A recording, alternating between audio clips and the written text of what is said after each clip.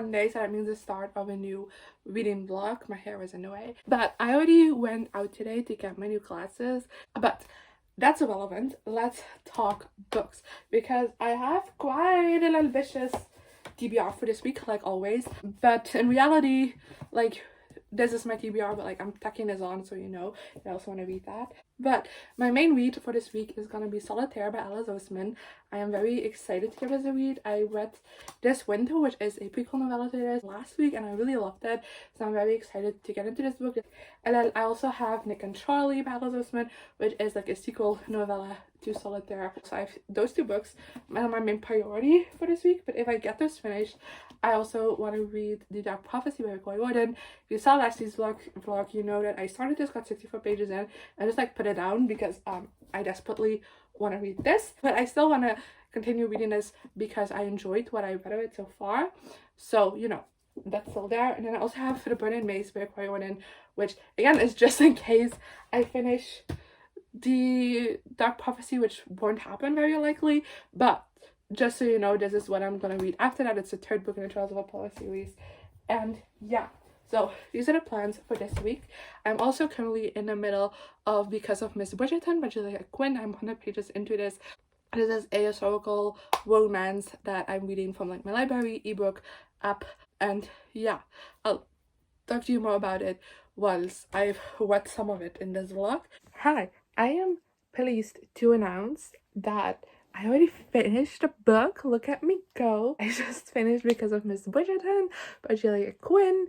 And I'm obsessed. I love this so much. But basically, this book, like this whole series takes place before the Bridgerton series, as it is about like a different generation of Bridgertons. That's the Wilkesby series. In this book, we follow Billy Bridgerton, who she and her family live next door to the Wilkesbys, and both of the families have been like best friends for like so long, and she gets along with the Wilkesby siblings tremendously, so much even that most people expect her to marry one of the brothers. But the only person in the family she doesn't get along with is George. George is also like a couple of years older than her, and like all of the other siblings are kind of like more in the same age range, so he's always felt like he doesn't really belong in that group. It's also because he has like responsibilities, like the firstborn son that like the other children don't have, which allows them to like live more carelessly. And like George and Billy don't get along, but then all of a sudden sparks begin to fly between them, and it's just I love this so much. I get a 7 out of 5 stars. Honestly, one of my favorite Julia Quinn novels. Like, it hasn't beaten like my favorite Bridgerton novels, but like it's up there in the ranking. Like, this was so good. I really loved the tension between George and Billy. I thought the way the relationship was developed throughout this was so good. Like, honestly, I'm not like the biggest enemies to lovers fan, if you know that, but I feel like this one just had enough of like that friends to lovers in it as well, because you know they grew up together and like their families are very close, so there are still like a lot of like elements from like your typical friends to lovers that I love in here. So I was obsessed. Like, if you've been around here, you know like my favorite thing in like romances ever, it's kind of like that moment where like, oh wait, I'm falling for this person, like that can't be happening. And like this book was so full of that. I also love a good jealousy scene. Like, I don't like jealousy like when the couple is together, because that just feels like untrusting, like you don't trust the other person, which is, I don't, you know, not a great vibe for romance. But like before they get together, give me jealousy. Like, honestly, there's limits to it, obviously, but, like this one had great jealousy and I loved it so much. And like I said, their dynamic was fantastic. I really loved their banter, and even like and like the beginning when they like didn't like each other, you can still tell that they do have kind of like respect for each other, and they do get along in a certain way. They know a lot about each other because they grew up together, and it was so well done how everything just like developed. And I just I don't want to talk about spoilers obviously, but I just like, I'm obsessed. And sadly enough, my library doesn't have the second book digitally. They do have it physically. It's lent out until the end of the month, so I might put a hold on that later. But I currently lend out the third book on my app, and that one follows Andrew, who played a big part in this book because like he is Billy's like best friend, so he played a big part in this book, and I'm just like, I'm so excited because I loved him in that book.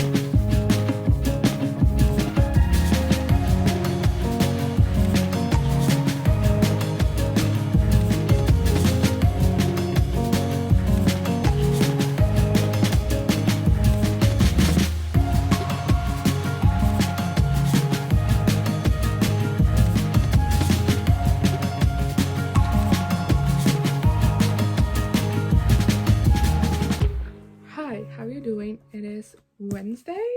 Yes, that's how days work. It's Wednesday. I forgot to look at the time before I press record, so I have no clue what time it is, but I'm assuming it's around 10. I'm not entirely sure, but it's evening, and I just finished Solitaire by Alice Oseman. I love these covers so much. I'm gonna read the back of this for a synopsis because I feel like it's so hard to explain this book. So I'm just gonna read the back. My name is Dory Sprain. I like to sleep and I like to blog. Last year I had friends. Things were very different, I guess. But that's all over now. Now there's Solitaire and Michael Holden. I don't know what Solitaire are trying to do, and I don't care about Michael Holden. I really don't. I really love this. I know this is like Alice Oseman's like most controversial book, as in like opinions are divided on this one very much. I have some people who love this and there's a lot of people who hate this and would think this is her worst work, but I absolutely love this. I thought this was so good. Let me show you the annotation. So I guess you saw it like in the clip earlier. So there's a lot of variety of colors, but something that jumps out to me is there's a lot of purple in here, which purple is the color that I use for like my favorite quotes. And usually I only use like one purple per book. I don't use purple very often. So the fact that there's like multiple in here says a lot about this book. I feel like this one just spoke to me really. It deals a lot with like mental health and not feeling like you fit in. And it's so good. Like I do understand why people don't like this, because Tori can be like a insufferable narrator at times because she's just so in her head and she's dealing with so many things, and she screws up good things for herself just because like her head is just so out of whack. But I could relate to her in a lot of sense, like not exactly, but there were a lot of things that she was like thinking about and like going through that I could relate to. And I just thought this was such a great novel. It was such a great novel. I think it had a lot of important things to say and great things to say. I already knew I loved Tori before going into this book because of her heartstopper graphic novels, but just being in her head and following her, she's such a great character to follow, I think. Like I said, I know that's an unpopular opinion to have, but I really love following her and seeing her struggle with things. I of course love Nick and Charlie, and I really liked the part that they played in this book. It's not too big, but like still, like it was pretty good. I love Michael. I thought he was such an interesting character, like putting up this happy-go-lucky front to everybody, but like struggling with so many things inside as well. And then like all of his like characters were just really interesting, and I really liked him. And actually I reread a couple of scenes in Heartstopper Volume 4. I didn't reread this whole thing because I only recently reread it, but basically in this graphic novel there was like this huge time jump which causes for like a couple of scenes of this to take place doing this. And I sobbed because I kind of more like in like flashback moments, so we only get to read about them like very shortly, but in this we get to experience it all. And like I nearly started crying while just like rereading those few passages because. And then I'm moving on to Nick and Charlie, which is a sequel novella. This is also supposed to take place after the Heartstopper series, which isn't finished yet. This is a novella about Nick and Charlie as Nick is going away to uni, I believe. Yes, Nick is going to uni, and it's kind of them like having to be at long distance and dealing with that. So I am very excited to give this a read.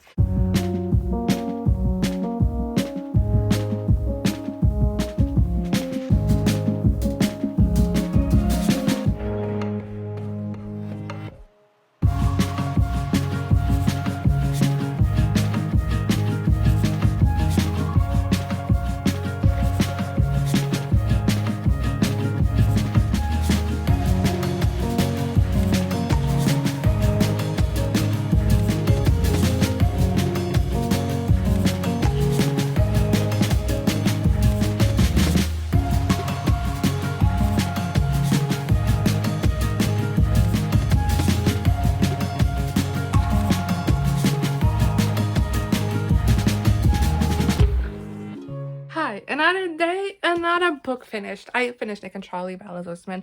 Shouldn't be surprising you that I finished it so quickly, but I absolutely loved this. 5 stars. This was such a great novella, and I love Nick and Charlie. We all know that. We've been here before, so that wasn't a surprise, but I really loved seeing them. This is like 2 years after the events of the Heartstopper series so far, at least. So it was very interesting to see them like in the future, I guess, to see them in this place where they're older and they've been together for a while. They haven't changed a whole lot, they're still who they are, but it's just interesting to see them in this place. I also really liked the discussions around their relationship were formed and how it was mainly just like outside pressures and outside opinions kind of like causing them anxiety about things and causing them to stress about how things will go. And I thought all of that was very interesting. There's a lot of wholesome scenes in here. Like, honestly, some of the cutest scenes are in here and I love it so much.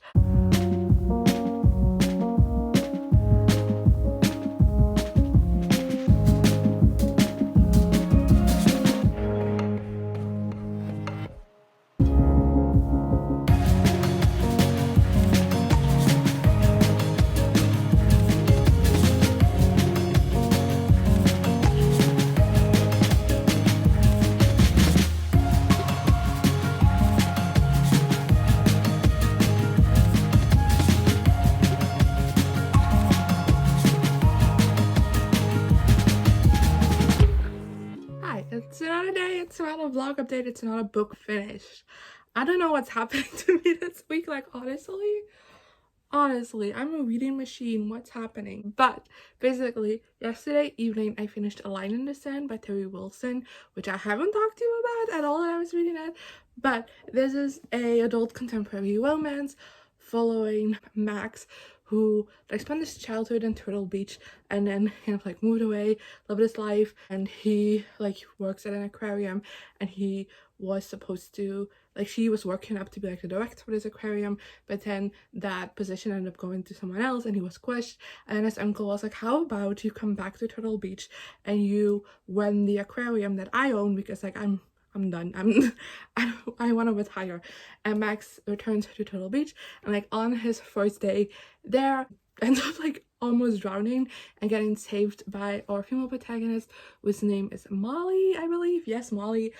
And she works as like a mermaid in the aquarium, and like basically like right the day after at work, Max is like, oh, we're like failing financially and I don't see the point in having a mermaid, so he fires her. And it's kind of like this sort of enemies to lovers romance, except, well, you'll see in my review that I didn't think this was a romance.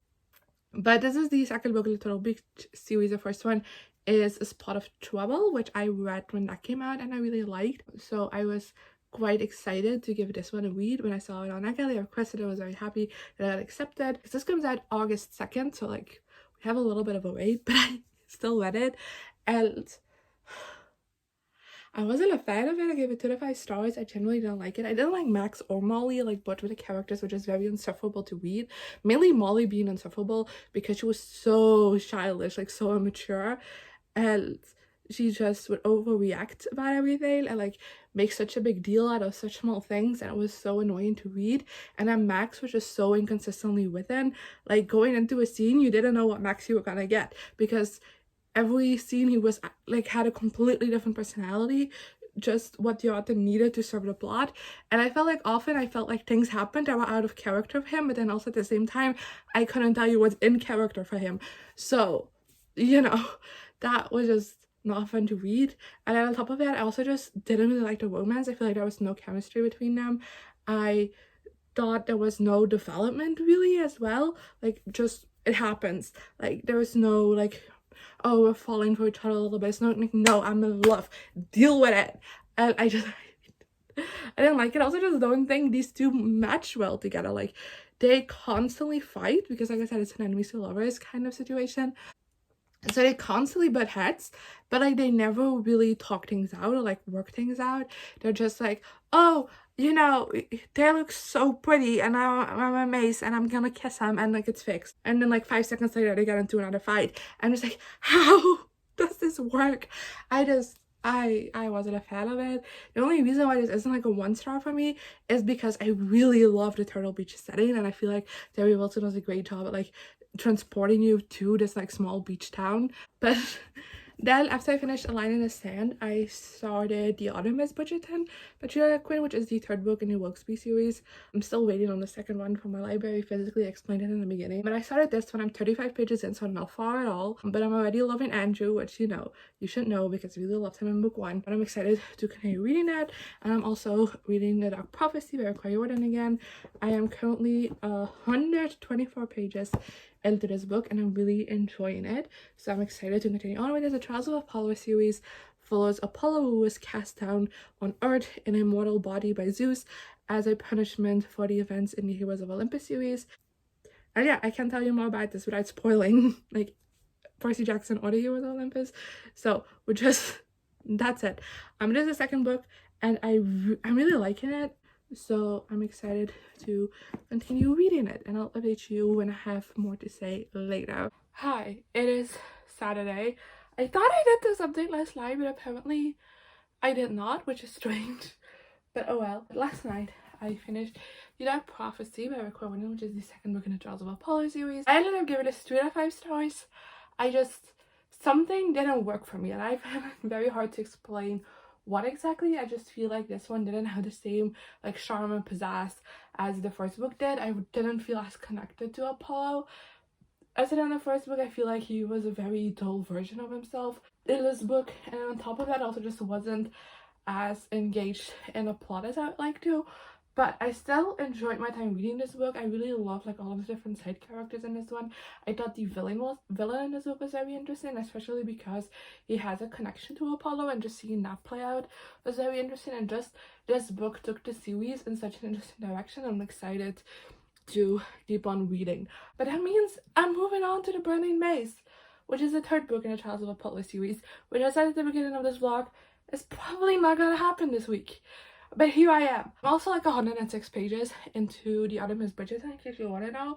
And also, if I finish these 2 books, that means I read 7 books this week, and it isn't completely unlikely that I'll read both of these books before the end of the week. So, you know, wish me luck. Hi, it is Monday, so let me wrap up the reading vlog with everything that I read. But first, I'm gonna give you a breakdown of what I read since I last updated you. First, I finished Because of Miss Bridgerton by Julia Quinn on Sunday morning. I gave it a 25 stars. I really enjoyed it. In this book, we follow Poppy Bridgerton, who is the cousin to Billy in the first book, just in case you want to know like family relations.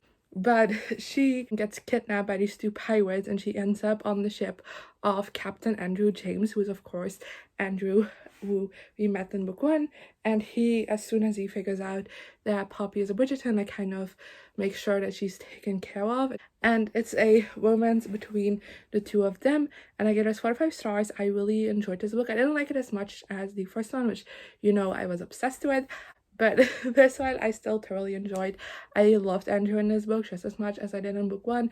I thought he was such a great character. He was so like charming and like witty, and his banter with Poppy was amazing. Poppy did get on my nerves at times, which is why this isn't a 5-star, but overall I do think she's an enjoyable character. And like I said, I really love their romance. I think they have such fun banter, and the way that the feelings develop is very well done. I kind of have like this instant attraction, but like as they spend my time together and like they have like proper conversations with each other, like very deep conversations with each other, you see their feelings develop for each other, and I thought all of that was really well done. And that's also the first time I've read like a historical romance that revolves on pirates, and I thought that was a very interesting setting. At least it was well done in this book. I already have the 3rd book checked out on the 4th book, the last one, I have that checked out on my library app, but you know, I'm not reading that just yet. I did start The Summer of Christmas. I don't remember the author's names, but the cover is right up here so you can tell. And this is a gal I got from that galley, and it's also a romance, an adult contemporary romance, following this woman named Ivy, who her boyfriend of like super long time, like her high school sweetheart that she's been with for like years and years and years, he broke up with her on Christmas. And she wrote a screenplay about their relationship, and at the beginning of this novel, that screenplay gets bought and is made into a movie, and it's actually being shot in her hometown, which she hasn't been in since the breakup. And yeah, I'm assuming it's a second chance romance, but I truly don't know. I'm not liking it though, so who knows where this is gonna go. And then lastly, on Sunday, like literally right before it struck midnight, I finished The Burning Maze by Rick White, which is the third book in the Transworld Apollo series, and I really enjoyed this. I gave this 4 stars. After not really being a big fan of the second book, I was a bit hesitant going into this one, but it wasn't necessary, as this one just like went back up a level for me, and I really enjoyed my time with it. And this one focuses a lot on like nature stuff, and very much focuses on like max magic, which is involving nature and plants and stuff, and I thought all of that was very interesting and like not something we've seen much of before, so I thought that was all really well done. I also just loved seeing a lot more of Meg's backstory in this novel. I really love her as a character, and I loved delving into her more in this book. Also, just overall like the story of this one, I thought it takes place mainly like the labyrinth, which I love, so it was so exciting to spend a lot of the time on the plot and the labyrinth in this book, because it's just an interesting setting, and I really love what Riordan does with it every single time, and it did so greatly in this one as well. Also like the villain in this one, very different from the other two, but again has like a very interesting connection to Apollo, which is so well done. So yeah, that was everything I read this week. I somehow managed to read 7 books in 7 days. I don't know how that happened. Like, I haven't done that in like forever. I used to do that a lot actually, but I haven't done that in so long, so I'm kind of like flabbergasted that it happens. But just to quickly go over the books that I read in case you forgot, I read Because of Miss Bridgerton by Julia Quinn, which I gave 5 out of 5 stars, Solitaire by Alice Oseman, which I gave 5 out of 5 stars, Nick and Charlie by Alice Oseman, which I gave 5 out of 5 stars, A Line in the Sand by Terry Wilson, which I gave 2 out of 5 stars, The Dark Prophecy by Rick Riordan, which I gave 3 out of 5 stars, and then we have The Other Miss Bridgerton, which by Julia Quinn, which I gave 4 out of 5 stars, and then The Burning Maze by Rick Riordan, which I gave 4 out of 5 stars as well. That's everything, I think. I hope I didn't forget anything at the top of my mind, but I hope you enjoyed this vlog. I'm sure it's gonna be a long one. I apologize, and I guess I'll see you guys next week. Bye. Here again, the same old situation. Why does the God thing have to be so complicated? I should have played it cool instead of